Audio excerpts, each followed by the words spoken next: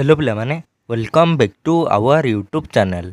पिलामाने मु आज अष्टम श्रेणी हॉलीडे होमवर्कर भाषा बा ओडियार आज क्वेश्चन आंसर डिस्कसन करी। तो चल वीडियो को देखिबा। एक नंबर क्वेश्चन रे गोटे पैराग्राफ देइछि, ता तले किछि तार क्वेश्चन पचारिछि, सेही क्वेश्चन र आंसर सेही पैराग्राफ मध्य रे ही अछि। तो चल प्रथमे सेही पैराग्राफ को पढ़िबा।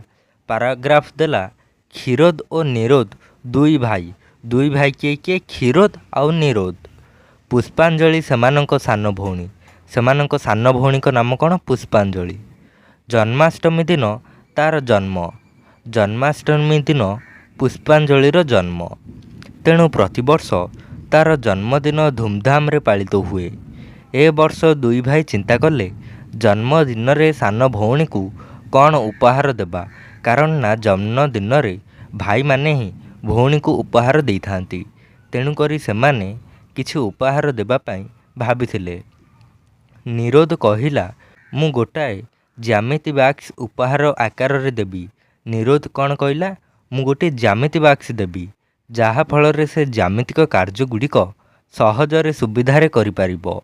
पुणी क्षीरोद कहिला, क्षीरोद कौन कहिला? मु किंतु ताकू दुईटी चारा उपहार देबी। क्षीरोद कहिला दुईटी चारा देबी एवं निरोध कहिला ज्यामितिक बॉक्स देबी। तो चलो आग को पढ़िबा। किछि दिन पूर्वे पुष्पांजलि निजे लगाइथिबा गछटी मरी जिबारु बहुत मन दुख करिथिला, तेणु मु ताकू चारा उपहार देई ताकू खुशी कराइबाकू चाहे। किए कहिथिला ए कथाटा? क्षीरोद कहिथिला। चारा देले से ताकू बंचाइबाकू चेष्टा करिबो ओ गछ लगाइले परिवेश सफा और सुंदर रखिबो बोली जानिबो। एहा व्यतीत गछर उपकारिता संबंधरे से तार सांग मानंकू बुझाइबो। एही कथारे निरोध खुशी होई कहिबाकू लागिला, आरे बा, अभ्यास जारी रखिले आम परिवेश बहुत बदली जिवो, बहुत सुंदर और परिष्कार होई जिवो। पिला माने एइटा थिला पैराग्राफटा बा गद्यटा।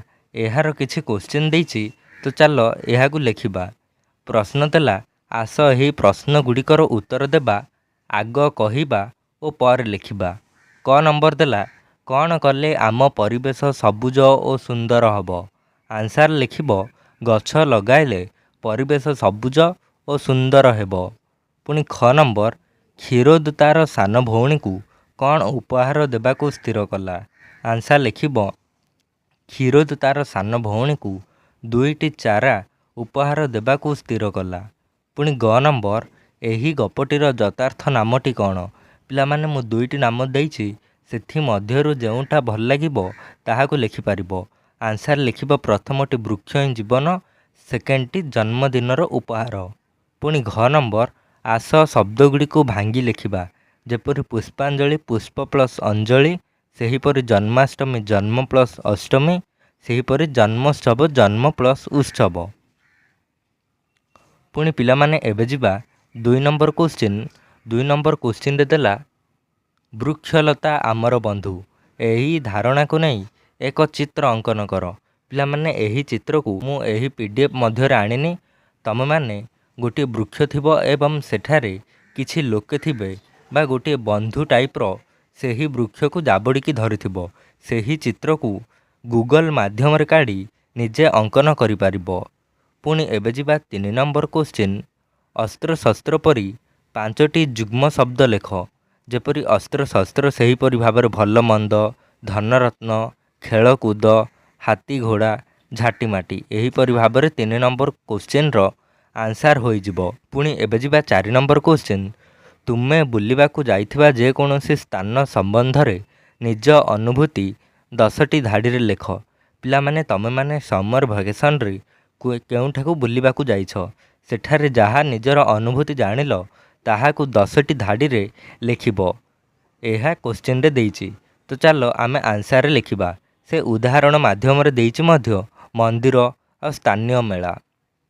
तो चलो पिला माने मु गोटे डेमो आकार रे कोणार्क मंदिर विषय रे लिखिछि, तमे माने अन्य कोनोसी स्थान विषय रे लिखि परिबो।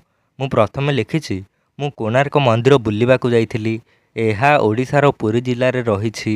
एहा गोटे दर्शनीय स्थान अटे। एहाकू सूर्य मंदिर मध्य कुहा जाए। ଏହି ମନ୍ଦିର 1300 ଶତାବ୍ଦୀରେ ନିର୍ମିତ ହୋଇଥିଲା। ଭାରତୀୟ 10 ଟଙ୍କିଆ ନୋଟ୍ରେ କୋଣାର୍କ ମନ୍ଦିରର ଚିତ୍ର ଅଙ୍କିତ ହୋଇଛି। ଏହା ସୂର୍ଯ୍ୟ ଦେବତାଙ୍କୁ ସମର୍ପିତ ଏବଂ ଏହାକୁ ବ୍ଲାକ୍ ପାଗୋଡ଼ା ବୋଲି ମଧ୍ୟ କୁହାଯାଏ। ପୁଣି ମନ୍ଦିର ଗାତ୍ରରେ କଳା, ସଂସ୍କୃତି ଏବଂ ମାନବ ଜୀବନର ସୁନ୍ଦର ଚିତ୍ରାଙ୍କନ ଦେଖିବାକୁ ମିଳେ। ଏଠାରେ ପ୍ରତିବର୍ଷ ବିଶ୍ୱ ପ୍ରସିଦ୍ଧ କୋଣାର୍କ ନୃତ୍ୟ ମହୋତ୍ସବ ଅନୁଷ୍ଠିତ ହୁଏ। ପୁଣି ଶେଷରେ ଲେଖିଦେଲି, ଏହି ଦିନ ହଜାର ହଜାର ଭକ୍ତ ଏଠାକୁ ଆସିଥାନ୍ତି। ପିଲାମାନେ ଏହି କୋଣାର୍କ ମନ୍ଦିର ବିଷୟରେ ମୋଠୁ ଲେଖିପାରିବ କିମ୍ବା ନିଜେ କୌଣସି ସ୍ଥାନକୁ ଯାଇଥିଲେ ତାହାର ଅନୁଭୂତିକୁ ଏହି 10ଟି ଲାଇନ୍ ମାଧ୍ୟମରେ ଲେଖିପାରିବ। ପୁଣି ଏବେ ଯିବା 5 ନମ୍ବର କ୍ୱେଶ୍ଚିନ୍। 5 ନମ୍ବର କ୍ୱେଶ୍ଚିନ୍ ଦେଲା, ଖରା ଛୁଟି କିପରି କାଟିଲ? ସାଙ୍ଗ ନିକଟକୁ ପତ୍ର ଲେଖ। ପିଲାମାନେ ଏଇଟା ପତ୍ର ଲିଖନ। ପତ୍ର ଲିଖନ। ତ ଚାଲ ଏହାକୁ ଲେଖିବା। ପ୍ରଥମେ ଆପଣଙ୍କ ଠିକଣା, ନିଜେ ଯେଉଁଠି ଅଛ ତାହାର ଠିକଣା ଲେଖିବ। ତା ତଳକୁ ତାରିଖ ବା ଡେଟ୍ ଦେଇ ଆଜିର ତାରିଖକୁ ଲେଖିବ।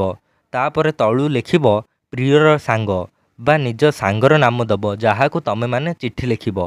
ତା ତଳୁ ଗୋଟେ ଲାଇନ୍ ଛାଡ଼ିକି ଲେଖିବ, ମୋର ସ୍ନେହ ଗ୍ରହଣ କରିବୁ। ମୁଁ ଏଠାରେ ଭଲରେ ଅଛି। ଆଶା କରେ ତୁ ମଧ୍ୟ ଭଲରେ ଥିବୁ। ଗ୍ରୀଷ୍ମ ଛୁଟି ପାଇଁ ମୁଁ ତତେ ଏହି ଚିଠି ଲେଖୁଛି। ପିଲାମାନେ ଏଇଟା ଗୋଟିଏ ପାରାଗ୍ରାଫ କରିକି ଲେଖିବ। ପୁଣି ସେକେଣ୍ଡ ପାରାଗ୍ରାଫ କରିକି ଲେଖିବ ବା ବଡ଼ି ପାର୍ଟଟା ଲେଖିବ, ଏଥର ଗ୍ରୀଷ୍ମ ଛୁଟି ମୁଁ ବହୁତ ମଜା କରିଛି। ପରୀକ୍ଷା ପରେ ମୁଁ ମୋର ପରିବାର ସହିତ ମୋ ଗାଁକୁ ଯାଇଥିଲି। ସେଠାରେ ମୁଁ ମୋର ଜେଜେବାପା ଓ ଜେଜେମାଙ୍କ ସହିତ ବହୁତ ସୁନ୍ଦର କଟାଇଲି। ସେଠାରେ ବାଡ଼ିରୁ ଆମ୍ବ ଓ ପଣସ ଅନ୍ୟାନ୍ୟ ଫଳ ଖାଇ ବହୁତ ମଜା ଲାଗିଲା। ଏହା ସହିତ ମୁଁ ଚିତ୍ରାଙ୍କନ ଓ କମ୍ପ୍ୟୁଟର କ୍ଲାସରେ ମଧ୍ୟ ଯୋଗ ଦେଇଥିଲି, ଯାହା ମୋର ବହୁତ ପସନ୍ଦ ଆସିଲା। ପୁଣି ଲାଷ୍ଟ ପାରାଗ୍ରାଫ ଦେଇ ଲେଖିବ, ଆଶା କରେ ତୁ ମଧ୍ୟ ତୋର ଛୁଟି ବହୁତ ଭଲରେ କଟାଇଥିବୁ। ତୁ ତୋର ଛୁଟି କିପରି କଟାଇଲୁ ତାହାର ଚିଠି ଜଣାଇବୁ। ଶେଷରେ ଲେଖିବ, ମୋର ପ୍ରଣାମ ତୋର ପିତାମାତାଙ୍କୁ ଜଣାଇବୁ। ତୋର ପ୍ରିୟ ସାଙ୍ଗ, ନିଜ ନାଁଟି ପିଲାମାନେ ଏଠାରେ ଲେଖିଦେବ।